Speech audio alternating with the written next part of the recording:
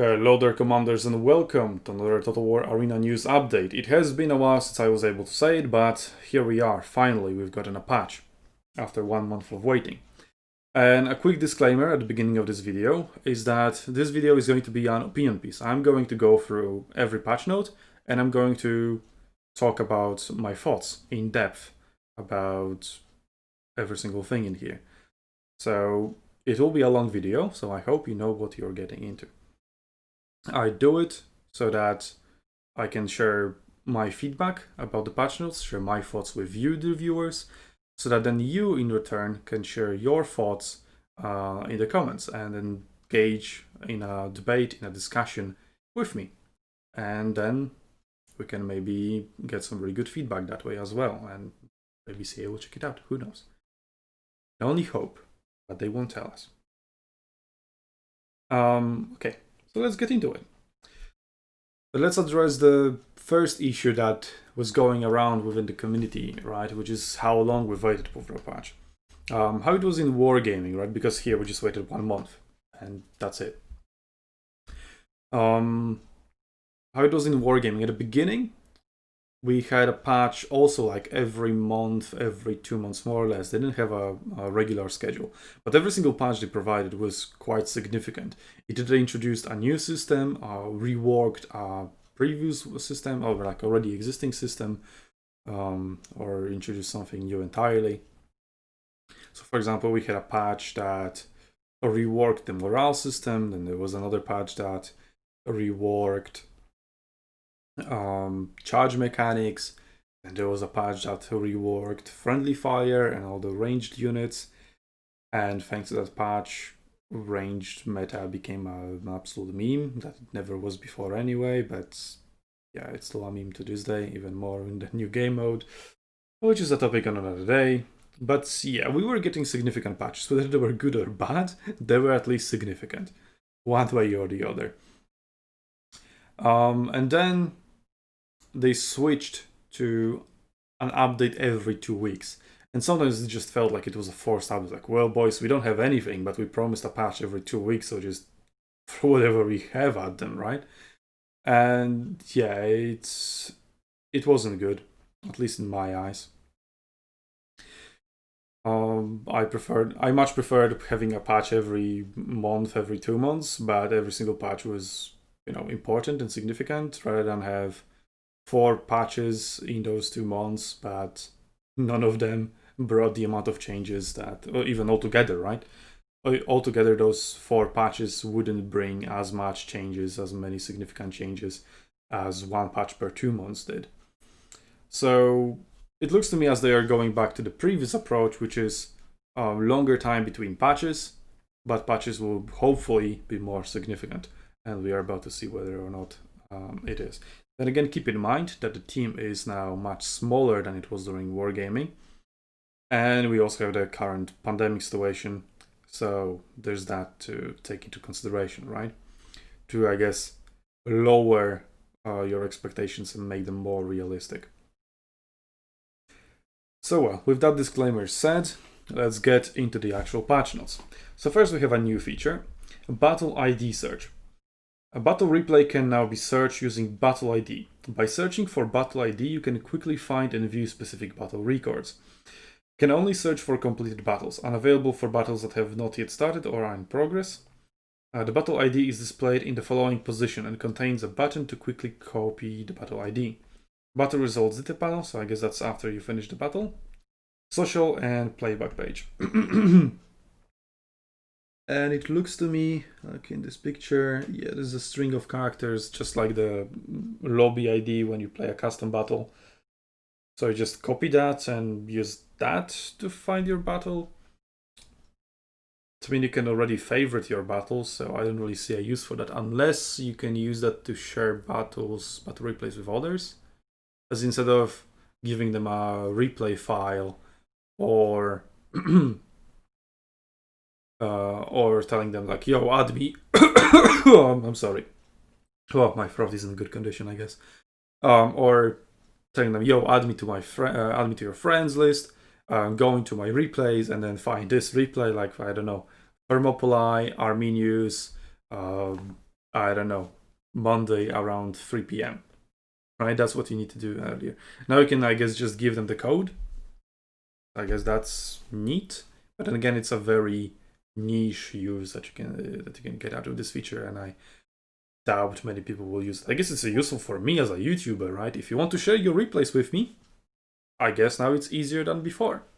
I would still prefer a replay file though, to be honest. But hey, there's a way. Alright, so I guess you play a good battle, or a battle for, what is it? Replay analysis, where you send me a replay where you didn't do well and want me to give you feedback on how to improve. And also, I guess, for those people who haven't realized, god damn it, guys, like really fake fans. Well, Mr. Penengasi has any fans at all anyway. You go into that video and you tell him, it's like, oh, how dare you roast this guy? Why are you so rude? Oh, I thought you were better than that. Like, guys, it was me, Dio. Yes, I went into my own replay and I roasted myself, and it was a joke. And you guys, I mean, okay, it's not all of you, like vast majority got the joke. But you go into my channel, every single video pretty much I put on this channel is with SUNTZU Mishu as the player, and then that replay is also SUNTZU Mishu. So is that literally the only video you've watched? And then therefore you didn't realize that it was me? But whatever. You do you. I guess those people are unsubscribed anyway. Okay. That is a meme video. If you haven't seen it, I really recommend it because it's really funny. At least I think so. But from what other people told me in the comments or on Discord, they really liked it as well. Yeah, it's just me roasting myself and, you know, like, what the fuck, how can you be so bad at this game? So yeah, that's just a funny take. But whatever, let's keep scrolling. Balance, that's the meat of every single patch note, right? Adjustment of battle income. So yeah, that's a big one. I wanted to make a video about it, but I ended up not doing it due to the lack of time, and yeah, just a general feeling that it will come in a patch note sooner or later, and that's when I would cover it. So I guess I should have done that video as a separate thing, but I guess now it's late and here it comes. Maybe I'll just still cut it out and put it as a separate video for everybody's convenience. We'll see. Anyway, so here it is. Hello there, commanders, and welcome to another Total War news update, where we are going to discuss the recent Pve adjustments. So let's read the patch notes for it. Adjust the calculation method of battle income. Battle duration will affect battle income. Combat revenue will be calculated based on actual combat performance and combat duration. If you quit unexpectedly during the battle, the generated combat revenue will be retained. Adjusted the combat income of PvE mode.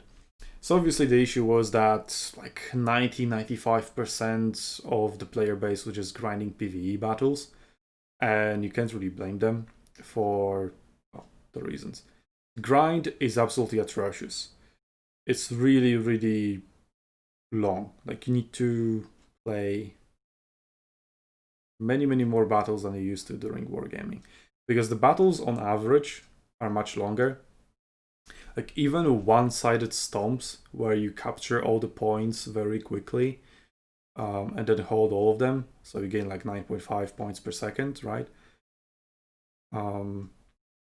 Those battles last just under 15 minutes, like let's say 10 to 15 minutes, depending on how hard the snowball is.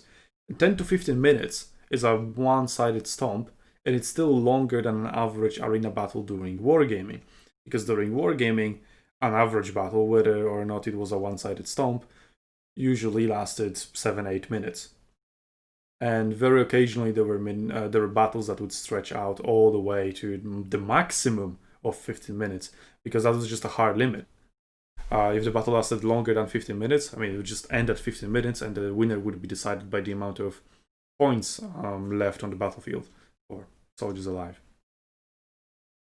And yeah. And you would still get maximum rewards no matter how long the battle was in Wargaming, if I remember correctly. I mean, maybe it was just a little smaller because, yeah, it did depend on your performance, and obviously in shorter battles, you wouldn't be able to amass that many points as you would in longer battles, but still the rewards are more or less the same. And now not only the maximum amount of points you get for a victory is smaller than it used to be in Wargaming. I would say like it's halved. I don't remember the exact numbers. I haven't done my research on it, so excuse me if I'm making a mistake. Feel free to correct me in the comments. But that's how it feels. Like the experience you get was cut in half compared to Wargaming for one battle. And then the battles are also 2, 3, 4 times longer on average than in Wargaming, because an actual average battle that isn't a one-sided stomp can last anywhere between 20 to 30 minutes. So yes, you're looking at 3 to 4 times longer time on average per battle, while the rewards are halved. So multiply that, and you've got 6 to 8 times longer grind than in Wargaming. Now we've got the adjustment of the battle duration. So obviously the patch only hit yesterday, so we don't have that much data on it, right? But the general consensus right now, from what people have been reporting, is that the shorter battles just give you way less XP, and the longer battles, like, you know, those that go like 20-30 minutes, only those give you full rewards as they were giving you before. Like if you finish a battle in 3 minutes, right, you were still getting full rewards. They were getting full rewards no matter what, and no matter how long the game was. And now you can only get full rewards if the battle goes those 20-30 minutes. So if it doesn't, you're not even getting full rewards, which just extends the grind even more than it used to. And then also you need to remember that in PvP, you're not guaranteed to win. Like, average obviously is going to be more or less 50% victory rate, not even exactly 50%, depending on disconnects, I guess, and how it counts, but whatever, right? So yeah, in PvP, you have more or less 50% win rate, depending on how good you are, right? Some people will have 55, 60, maybe more. Some people will have 40, 45. But in PvE, you would win pretty much all the time. And you would not only win all the time, you would also win almost always within those 3 minutes, like very quick count, because you just abuse the AI pattern, which just right clicks on the nearest point, you go around it, cap the point, cap the base, win, right? It really requires a lot of talent to lose in such circumstances, although yes, I have seen quite a lot of people having such a talent, but that's not topic entirely. So yeah, the grind right now is really bad. So yes, they addressed one part of the issue, the part where PvE is more lucrative in terms of XP than PvP, but they haven't addressed the second part of the issue, which is that the grind is just atrocious. It's wargaming levels, if not worse. And by wargaming levels, I mean like World of Warships and World of Tanks, and not Total War Arena under wargaming, because the grind in Total War Arena under wargaming was bearable. It wasn't fast, but it wasn't slow, because I had like literally thousands of battles in World of Warships and World of Tanks, and even after those thousands of battles, I wouldn't have a single tier 10. And not only to mention their atrocious economy, where you need to grind with premium account and tier 8 premium units, ships, tanks, whatever, to even stay afloat in terms of silver. Luckily, Arena doesn't have that issue. Please stay that way. Right, and the grind was much faster. In Arena, I got like 1,000 battles and I already had like 2 tier 10 units, I think. So yeah, grinding in Arena wasn't that bad, but now It is. As I calculated, it is like 6 to 8 times slower. And now that they have adjusted the timing, it is even to get even slower than that. We don't have the data. They haven't provided us a number here. Because what does it mean? Adjusted the combating of PvE, but like, give me a number. Did you decrease it by 20%, 50%, 90%? What did you do? What is this? Do you expect me to go into PvE, into 100 battles to pull out an average and calculate it myself? God damn it. That's also what I'm not a fan of CA here. Just provide the fucking numbers in patch notes instead of being vague like that. And explain to us how it works. So anyway, how I would like it to work, right? Yes, sure, I guess adjust the timing because that needs to be done, otherwise the quick victories will be a thing. Although if you just nerf PvE to the ground, it won't matter, right? If that adjustment, for example, is 90%, right? So going for 3-minute win in a PvE doesn't matter. You still get less than in PvP. If you go for a 30-minute win in PvE, doesn't matter. It's still much less than in PvP. It's like PvE will not be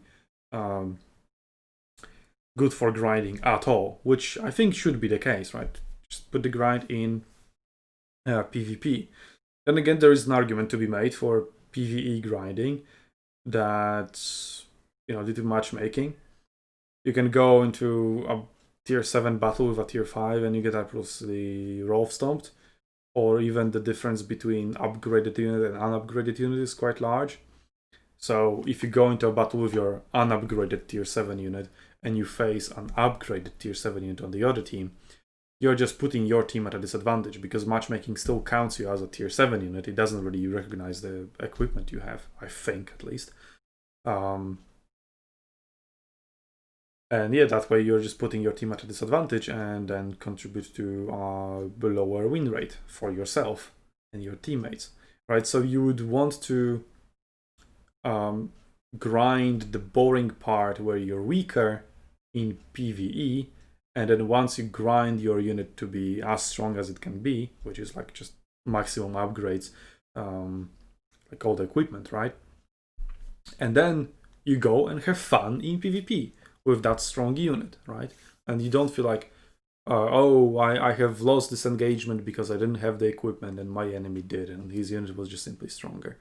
Because that sucks. That really sucks, right?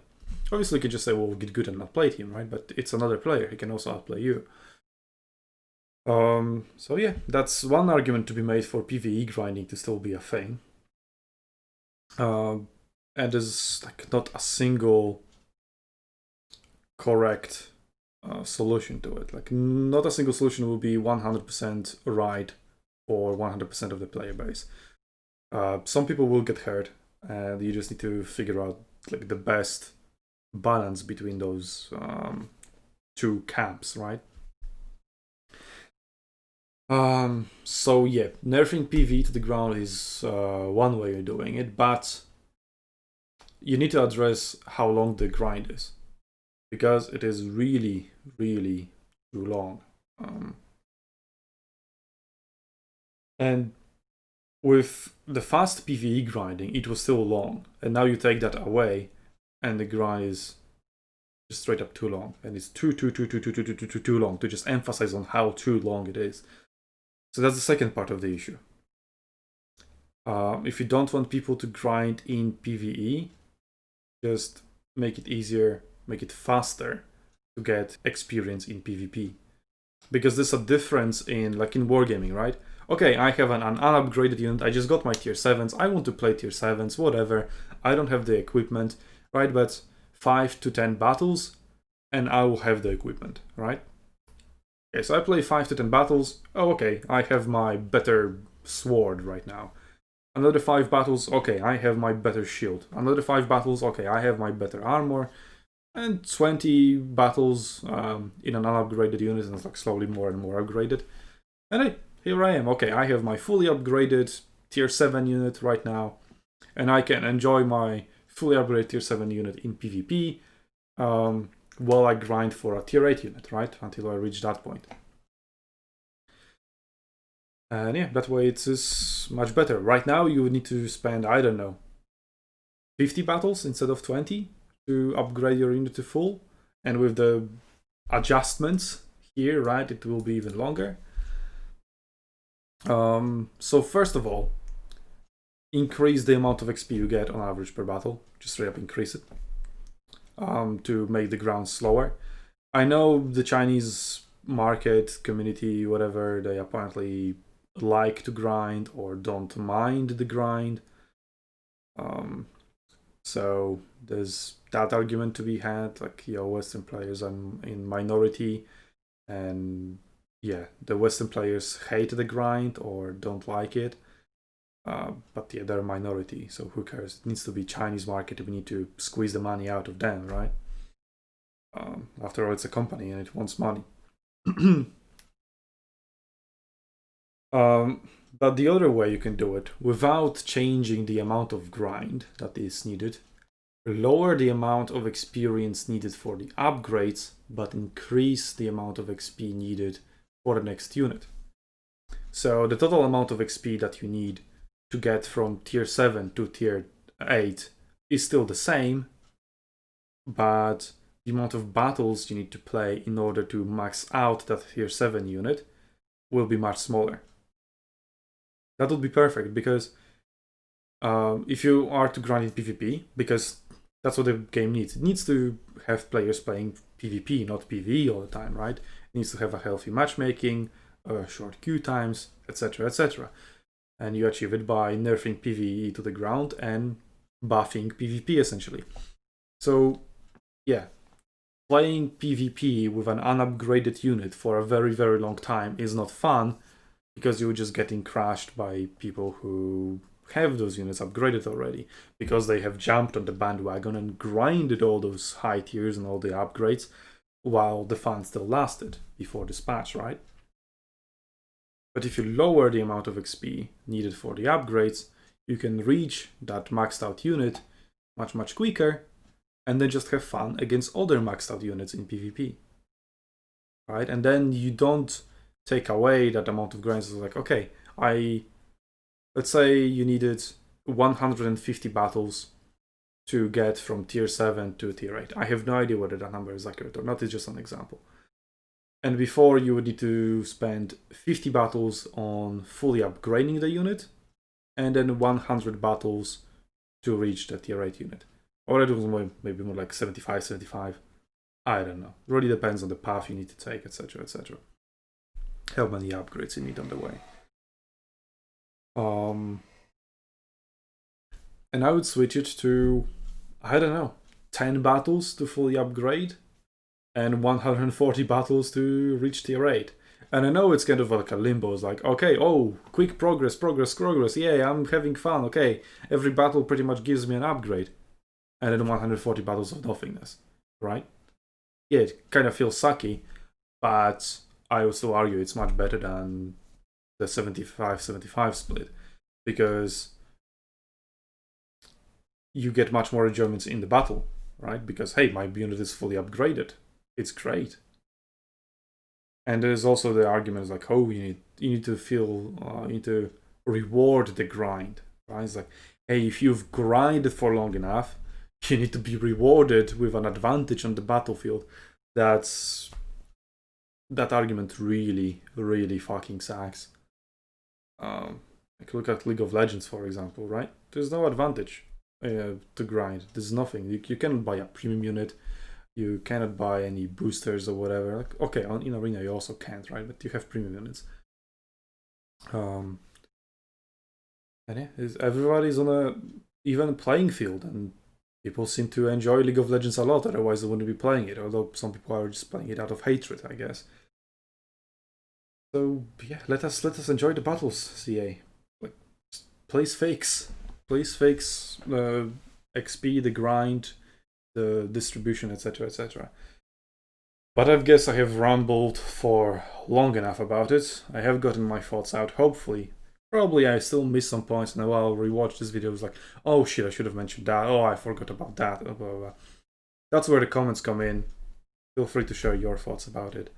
Because that is really like the core issue of the War Arena right now. People not playing PvP and leaving the game possibly because of the amount of grinds. Like, oh, hell no, I'm not going to grind that many battles to just get my tier 7, 8, 9, 10, right?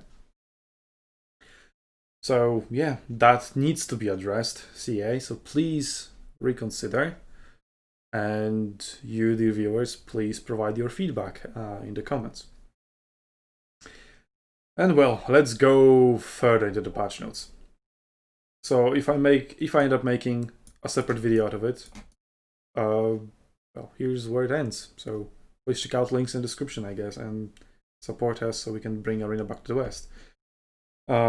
AI behavior optimization. Optimize AI logic so that AI can be more intelligent when defending bases and bases. So I guess one of those bases are capture points. I mean, there were situations where you would just cap the point, stand inside a point, the AI would just stand and stare at you and like not move at all. So I guess that's what they're improving. We'll see. Units. Oh, there we go. Now that's the actual balance because, well, to be honest, that's not balance, that's economy. War Dog. Through data analysis, we found that the War Dog is a bit too powerful when released. Especially the War Dog units are immune to the charge, which can keep the War Dog in the fighting state and position for a long time. Remove the ability, War Dogs are immune to charges. Okay, first of all, it's not charges. The dogs are not immune to charges. Those are strikes. Dogs are immune to strikes, which they added because dogs were absolutely decimated by strikes. Literally, you go into... because dogs also avoid phalanx. So you want to use dogs as a counter to spear phalanx and pike phalanx. So you would, for example, unleash them on Leonidas, regardless of whether or not he has spears or pikes. You use dogs against Leonidas, and then he shield bashes you, or your dogs, and those dogs lose like 50-70% of their HP within a single shield bash. That was ridiculous. And that's why they added dogs immunity to strikes, because that ended up happening because dogs, they don't have that unit formation. It's like not 10 dogs in the front are fighting and the other dogs are just waiting in the back, right?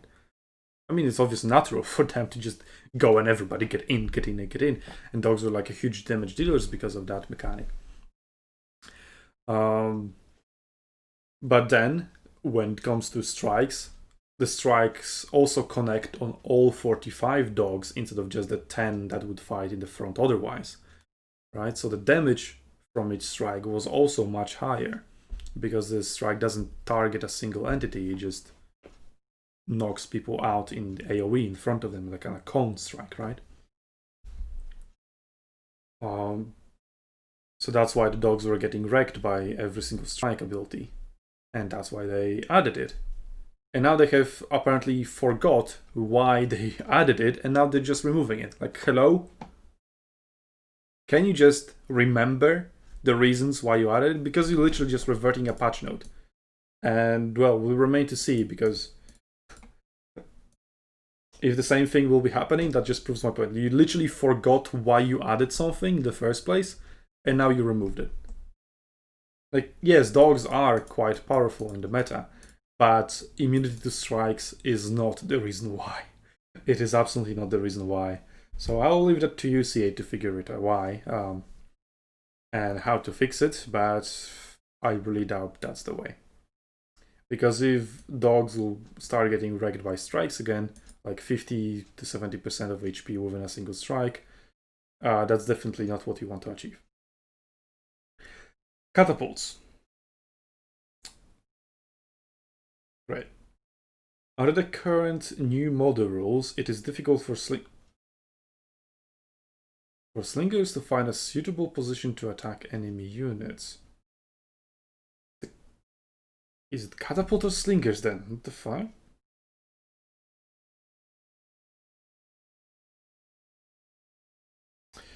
The Catapult has a unique game operation method and requires the commander to find a suitable attack position. We hope to reduce the game restrictions caused by invalid attack positions, so the parabola is slightly adjusted. Yeah, it has to be slingers, to be honest, from what the description says. Adjust the launch height to 2.2. Adjust the maximum launch angle from 25 to 35. Okay, so I've provided a lot of feedback about slingers. So the thing about slingers is that you can use focus fire. Like, you're on a, let's imagine a very simple example. You're on Gergovia, and you're standing around the sea point, and you want to shoot on the plateau, on the fort, where the watchtowers are. You can with focus fire, you can't with right click. And it's just ridiculous. Why can focus fire projectiles land there no problem, but regularly launched projectiles with an attack order can't? And focus fire only comes off cooldown every 10 seconds. While I could shoot like, I don't know, 3, 4, 5 volleys in that time. So yeah, that was really, really bad. And I pleaded to CA like every single time I could. I was like, can you just please fix slinger angles? Why is that I can shoot there with focus fire, but I cannot shoot there with right click? And I don't know if that fixes it. I don't think so. It will cause less instances like that, where focus fire works but regular fire doesn't. It will reduce those instances, but there will still be some extreme instances of that left. I'm pretty sure of that. Remains to be tested, remains to be seen, but I think Gergovia is one of the most glaring examples. The other would be Thermopylae, where you have those high cliffs. Anywhere where you have high cliffs and you shoot high and focus fire somehow gets there, but regular volleys don't. So yes, yeah, here's your feedback about that. That's how you fix it. Just do it how you did focus fire. I don't know how you messed that up, but you have the source code, I don't. So you should know. And well, that's it for the balance, so that's kind of sad. It's only slight slinger adjustment, and war dogs have been memed on. I'm sorry, Axel. But at least archers are not countering you, because, well, archers are more dead than ever. Shop. When there is no result when performing conditional filtering in the store, an additional prompt message will be displayed. Great patch note. Okay, bug fix. Fix the issue that after calling up the unit attribute panel, clicking on another unit attribute panel will disappear. Sure, whatever. Fix the issue that may cause a crash when returning to the lobby from battle. Sure, whatever. All, so I guess that's the main menu. Fix the issue that the credit value will not be updated immediately after receiving rewards after completing daily tasks. Okay. Fix the issue that clicking the teaching tab after changing the commander would cause a crash. Okay. The issue that will cause a crash. There was a one way to crash. I wonder if it's here. If you look up someone to add them to a party, you add them to a party and then add them to your friends, or maybe the other way around. You add them to your friends and then add them to a party. That crashes the game like 100% of the times. Like, I've done that like several times, repeat. It crashed my game every single time. So I then added them to the friends, left the screen, came back to it, and then added them to the party. We just added them to the party without adding them to the friends, and then add them to the friends later, like once they are in the party. Okay, where were we? Fix the issue that the private hall will be forcibly closed after the battle reaches 50 minutes. Oh, so that's private battles. Hey! I mean custom battles, private lobbies, whatever. Fix the issue that the novice guide would make mistakes due to commander skill upgrade. Fix the issue that some advanced units could not unlock the technology tree. Premium units? Because you can buy a premium unit, and then from that premium unit you can unlock a regular tech tree unit. So I guess that's what it's referring to, because you could unlock the tech tree units normally, unless there was like one of the units that I haven't reached that had that bug. But I never heard anybody reporting that. Fix the problem of overlapping display of player account level, upgrade, and battle end interface. Whatever. Fix the problem that the commander cannot be purchased after using the command token. Oh yeah, I was afraid that might happen, but luckily it didn't happen to me. Fix the bug that the reload time value is negative. What's reload time? Like, you mean archers? With negative, so you literally just shoot in a rainbow, just like you used to with Caesar? Or negative and don't shoot at all because of a bug?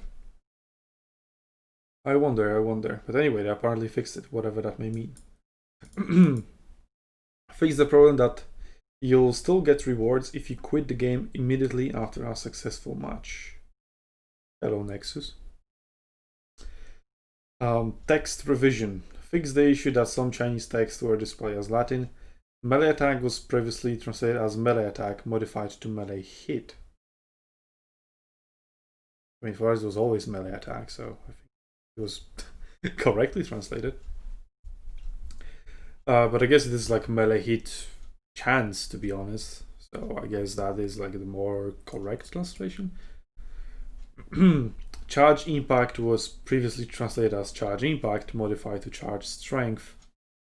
I don't know. I think impact and deflection are actually more accurate translations. I don't know how the Chinese characters here, but like strength defense. If it was in English, right? Impact and deflection is more accurate than strength and defense, because strength and defense is like strength is like damage, right? And you already have charge damage, and charge defense you could interpret as like, oh, so if I have 100 charge defense and that guy has 200 charge strength, then each damage, like each soldier that will be damaged by that charge would take 100 damage, right, instead of 200. So yeah, impact and deflection, or maybe, I don't know, resistance. But I think deflection is just a very good word for it, yeah. Then again, it's Chinese translation, we don't care why I'm talking about it. So, well, those are the patch notes. Well, the only that really matter is the balance here, right? This is the actual balance, plus here is the economy. And yeah, that is the biggest issue right now. That is, for me, solving only half of the issue, and not all of it. Oh, remember when I said I will probably forget something? I now remembered what I wanted to say about it. Well, I'll just briefly mention it and maybe somehow glue it onto the video, right? I can do it in post. So what I wanted to mention is the scale, because you adjust to the time, right?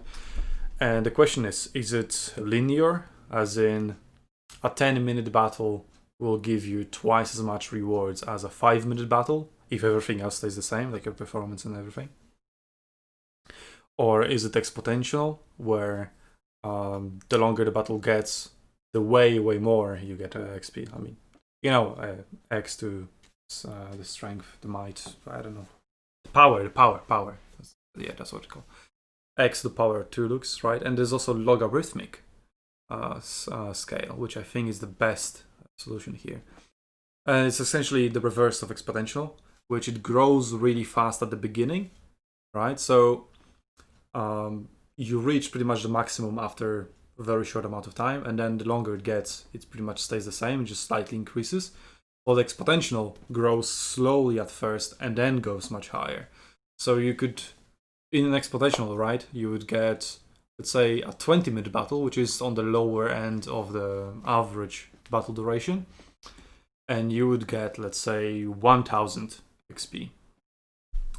And then in exponential growth, you would go into a battle that lasts 30 minutes, and you would get, let's say, 3000 XP for a 30 minutes battle, right? And then you would need 3 20 minutes battles to get the same amount of rewards that you would get from one 30 minutes battle. So yeah, not a good solution, right? So then what do you do? Linear? But then linear also isn't really good because 2 10-minute battles equal 1 20-minute battle, but then you have matchmaking in between, right? Loading times, etc., etc. So not really that. And then logarithmic, I think, is the best because it still rewards you if you manage to actually win quickly. Why would you be punished by it? Like, you won, right? So you should still get significant rewards. And obviously, if you win after a longer period of time, where you've spent longer time in the battle, so you get more rewards, but you're not getting cacked by just finishing the battle quickly. So I think exponential doesn't make sense at all. I hope they didn't do it exponentially. The linear does make somewhat sense, but I think the most sense makes the logarithmic scale. So yeah, I hope that they did the logarithmic scale. You can also share your thoughts in the comments down below. Which do you think is the best solution here? Or maybe something in the middle, I don't know, like reverse S or S growth curve. Those are other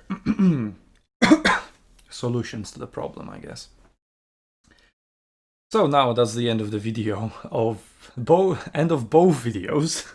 Now, haha, 200 IQ. So yes, please check the links in the description below to help us bring Arena back to the West. The best thing you can do to actually help us is just subscribe to this channel, because if then I can get partnered, that would be really, really nice, and I could talk to CA more. So yeah, this done. And I really want Arena back to the West. So then this isn't an issue. And the ping, oh god, the ping.